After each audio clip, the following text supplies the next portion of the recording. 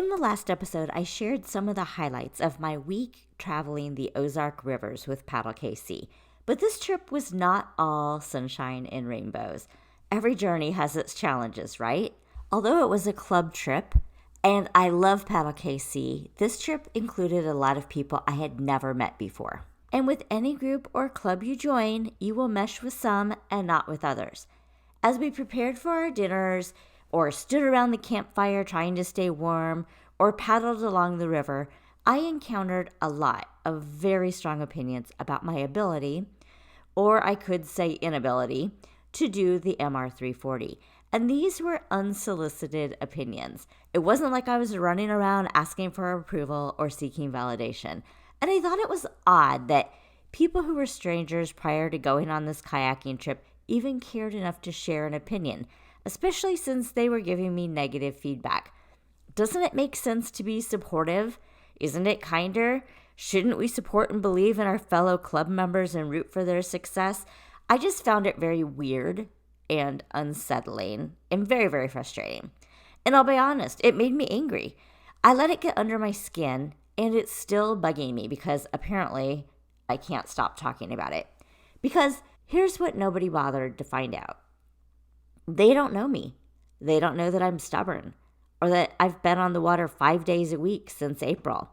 They don't know that I'm an endurance athlete or that I ran a 5K for every round of chemo I had, or that I completed a half marathon a week after I finished chemo, or that I did a half Ironman to celebrate being 1 year cancer-free, or that I had a concussion that affected my ability to properly train for that half Ironman, and I still finished it, dealing with cramps throughout the whole half marathon and collapsing steps before the finish line and crossing the finish line under my own power. Basically, I'm saying I'm tough, I'm mentally strong, and I have trained myself to do what I set out to do.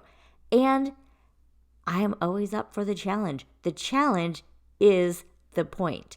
So it's disheartening to me to be judged based on superficial impressions. 2 of the guys thought that my river skills weren't up to par. One of the guys kept reminding me how far 340 miles was. Another paddler tried to teach me paddling skills, which is great. I'm all for constructive feedback. I'm all for somebody helping me to improve my skills when they actually have the skills to teach me.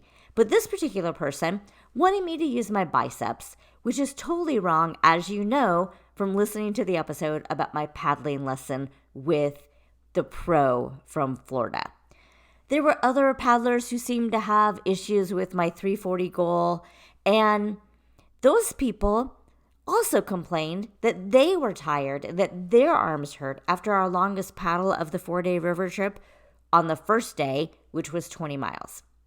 And it took us like 12 hours or something. I don't know. We were out in the water all day.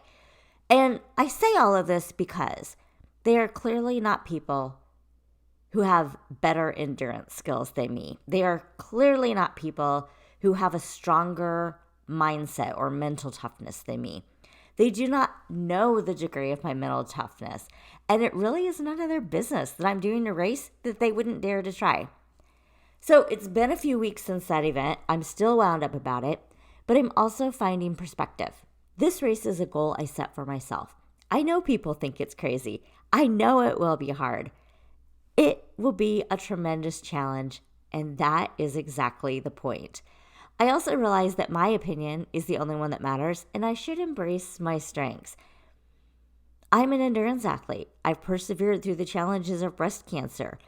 It's important to remember that my capabilities extend beyond what strangers may assume.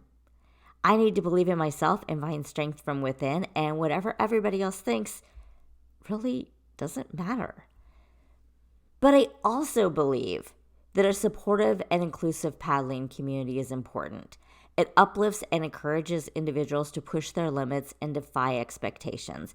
When we surround ourselves with people who believe in us, it becomes easier to believe in ourselves. That support is what we need to grow and achieve our goals. And that is one of the benefits, or should be one of the benefits, of joining any team activity, to lift each other up, to become stronger together, and to encourage people to live their best lives. And so now when people question my MR340 goal, what I've been saying is if I don't beat the Reaper, or if the circumstances prevent me from continuing the race, what have I lost?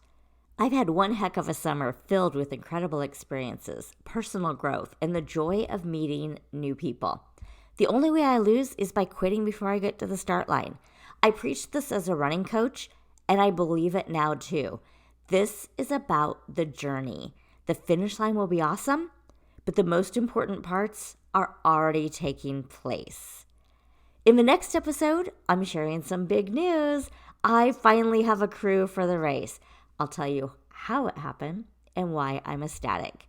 Wherever life takes you this summer, make it an epic adventure. Catch you next time.